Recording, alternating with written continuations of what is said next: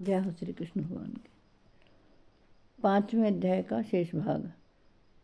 कल मैंने आपको 5वां अध्याय सुनाया था और आज उसका शेष भाग सुना रही हूँ। कई बार संस्कृत के श्लोकों का अर्थ हमें समझ नहीं आता, इसी के लिए मैंने आपको ये हिंदी में अनुवाद करके बताया है कि भगवान श्री कृष्ण जी हमें क्या कह रहे हैं, ये हमारी समझ में आ जाए। ये भगवत गीता जी का सार हिंदी में अनुवाद आपको सुना रही हूँ, प्रेम पूर्वक सुनिए। जय हो श्री कृष्ण भगवान। श्री कृष्ण भगवान कहते हैं, अर्जुन, जो पुरुष ना किसी से द्वेष करता है और ना किसी की आकांक्षा करता है, वह कर्मयोगी सदा सन्यासी ही समझने योग्य है। क्योंकि राग द्वेष आदि दोनों से रहित पुरुष सुखपूर्वक संसार बंधन से मुक्त हो जाता है। उपयुक्त संन्यास और कर्म योग को मूर्ख लोग पृथक पृथक फल देने वाला कहते हैं, ना कि पंडित जन, क्योंकि दोनों में से एक में भी सम्यक प्रकार से स्थित पुरुष दोनों के फलरूप परमात्मा को प्राप्त होता है। ज्ञान योगियों द्वारा जो परम धाम प्राप्त किया जाता है, श्री कृष्ण भगवान कहते हैं, कर्म योगियों द्वारा भी वही प्राप्त किया जाता है। इसलिए जो पुरुष ज्ञान योग और कर्म योग को फल रूप में एक देखता है, वही यथार्थ देखता है। श्री कृष्ण भगवान कहते हैं, परंतु हे अर्जुन, कर्म योग के बिना संन्यास अर्थात मन, इंद्रिय और शरीर द्वारा होने वाले संपूर्ण कर्मों में कर्तापन का त्याग प्राप्त होना कठिन है और भगवत स्वरूप को मनन करने वाला कर्मयोगी परब्रह्म परमात्मा को शीघ्र ही प्राप्त हो जाता है, जिसका मन अपने वश में है। प्रभु कहते हैं, जो जितेंद्रिय है एवं विशुद्ध अंतःकरण वाला है और संपूर्ण प्राणियों का आत्मरूप परमात्मा है, जिसका परमात्मा है, ऐसा कर्मयोगी कर्म करता हुआ भी लिप्त नहीं होता। श्री कृष्ण भगवान कहते हैं, तत्व को जानने वाला सांख्य योगी तो देखता हुआ, सुनता हुआ, स्पर्श करता हुआ, सूंघता हुआ, भोजन करता हुआ, गमन करता हुआ, सोता हुआ, सांस लेता हुआ, बोलता हुआ, त्यागता हुआ, ग्रहण करता हुआ तथा आँखों को खोलता और मूंदता हुआ भी यह सब इंद्रियां अपने अपने अर्थों में बरत रही हैं। इस प्रकार समझकर निसंदेह ऐसा माने कि मैं कुछ भी नहीं करता हूँ, सब कुछ भगवान ही करता है। जो पुरुष सब कर्मों को परमात्मा में अर्पण करके और आसक्ति को त्याग कर कर्म करता है, श्री कृष्ण भगवान कहते हैं, वह पुरुष जल से कमल के पत्ते की भांति पाप से लिप्त नहीं होता। श्री कृष्ण भगवान कहते हैं, कर्म योगी ममत्व बुद्धि रहित केवल इंद्रिय, मन, बुद्धि और शरीर द्वारा भी आसक्ति को त्याग कर अंतःकरण की शुद्धि के लिए कर्म करते हैं। श्री कृष्ण भगवान कहते हैं, कर्म योगी कर्म के फल का त्याग करके भगवत प्राप्ति रूप शांति को प्राप्त होता है और सकाम पुरुष कामना की प्रेरणा से फल में आसक्त होकर बंधता है। अंतःकरण जिसके वश में है, ऐसा सांख्यों का आचरण करने वाला पुरुष ना करता हुआ और न करवाता हुआ ही नव द्वारों वाले शरीर रूप घर में सब कर्मों को मन से त्याग कर आनंदपूर्वक सच्चिदानंद घन परमात्मा के स्वरूप में स्थित रहता है।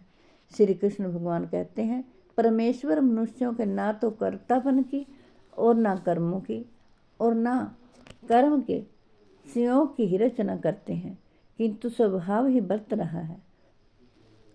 श्री कृष्ण भगवान कहते हैं, सर्वव्यापी परमेश्वर भी ना किसी के पाप कर्म को और ना किसी के शुभ कर्म को ही ग्रहण करता है, किंतु अज्ञान के द्वारा ज्ञान ढका हुआ है, उसी से यह सब अज्ञानी मनुष्य मोहित हो रहे हैं। श्री कृष्ण भगवान कहते हैं, परंतु जिनका वह अज्ञान परमात्मा के तत्व ज्ञान रूप द्वारा नष्ट कर दिया गया है, उनका वह ज्ञान सूर्य के सदृश उस चिदानंद घन परमात्मा को प्रकाशित कर देता है।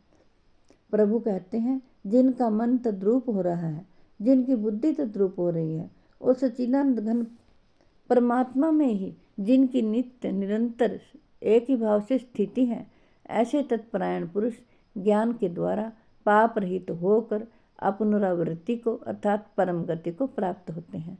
प्रभु कहते हैं, वे ज्ञानी जन विद्या और विनय युक्त ब्राह्मण में तथा गौ, हाथी, कुत्ते और चंडाल में भी समदर्शी ही होते हैं।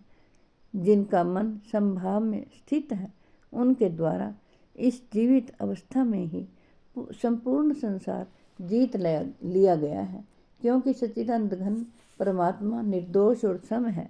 इसमें वे सच्चिदानंद परमात्मा में ही स्थित हैं। श्री कृष्ण भगवान कहते हैं, जो पुरुष प्रिय को प्राप्त होकर हर्षित नहीं हो और अप्रिय को प्राप्त होकर उद्विग्न न हो, वह स्थिर बुद्धि संशय रहित ब्रह्मवेत्ता पुरुष सच्चिदानंद घन परब्रह्म परमात्मा में एक ही भाव से नित्य स्थित है। प्रभु कहते हैं, बाहर के विषयों में आसक्ति रहित अंतःकरण वाला साधक आत्मा में स्थित जो ध्यान जनित सात्विक आनंद है, उसको प्राप्त होता है। तदंतर वह सच्चिदानंद घन परब्रह्म परमात्मा में ध्यान रूप योग में अभिन्न भाव से स्थित पुरुष अक्षय आनंद का अनुभव करता है। प्रभु कहते हैं, जो ये इंद्रिय तथा विषयों के संयोग से उत्पन्न होने वाले सब भोग हैं, यद्यपि विषय पुरुष को सुख रूप भासते हैं, तो भी दुख के ही हेतु हैं और आदि अंत वाले अर्थात अनित्य हैं। इसलिए हे अर्जुन, बुद्धिमान विवेकी पुरुष उनमें नहीं रमता। प्रभु कहते हैं, जो साधक इस मनुष्य शरीर में शरीर का नाश होने से पहले पहले ही काम क्रोध से उत्पन्न होने वाले वेग को सहन करने में समर्थ हो जाता है, वही पुरुष योगी है और वही सुखी है। प्रभु कहते हैं, जो पुरुष अंतरात्मा में ही सुख वाला है, आत्मा में ही रमण करने वाला है तथा जो आत्मा में ही ज्ञान वाला है, वह सच्चिदानंद घन परमात्मा के साथ एक ही भाव को प्राप्त सांख्य योगी शांत ब्रह्म को प्राप्त होता है। प्रभु कहते हैं, जिनके सब पाप नष्ट हो गए हैं, जिनके सब संशय ज्ञान के द्वारा निवृत्त हो गए हैं, जो संपूर्ण प्राणियों के हित में रत हैं और जिनका जीता हुआ मन निश्चल भाव से परमात्मा में स्थित है, वे ब्रह्मवेत्ता पुरुष शांत ब्रह्म को प्राप्त होते हैं। प्रभु कहते हैं, काम क्रोध से रहित जीते हुए चित्त वाले परब्रह्म परमात्मा का साक्षात्कार किए हुए ज्ञानी पुरुषों के लिए सब ओर से शांत परब्रह्म परमात्मा ही परिपूर्ण है। श्री कृष्ण भगवान कहते हैं, बाहर के विषय भोगों को ना चिंतन करता हो, बाहर ही निकाल कर और नेत्रों की दृष्टि को भृगुटी के बीच में स्थित करके तथा नासिका में विचरने वाले प्राण और अपान वायु को सम करके जिसकी इंद्रियां मन और बुद्धि जीती हुई है, ऐसा जो मोक्ष प्राण मुनि इच्छा भय और क्रोध से रहित हो गया है, वह सदा मुक्त ही है।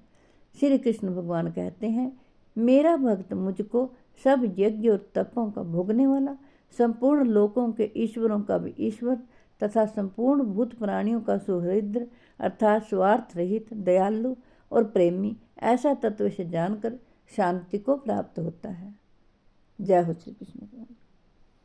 हे कृष्ण गोविंद हरे मुरारे, हे नाथ नारायण वासुदेवाय। हे कृष्ण गोविंद हरे मुरारे, हे नाथ नारायण वासुदेवाय। आज षटतिला एकादशी है। आप सभी को षटतिला एकादशी की बहुत बहुत शुभकामनाएं। जो भी इस दिन तिल का दान करता है, तिल में स्नान करता है, तिल का उबटन लगाता है और मंदिर में तिल का दान करता है, उस प्राणी के संपूर्ण कर्म बुरे कर्म नष्ट हो जाते हैं, ऐसा विष्णु भगवान का कथन है। जय हो षटतिला महामाई की जय हो। जय हो विष्णु भगवान।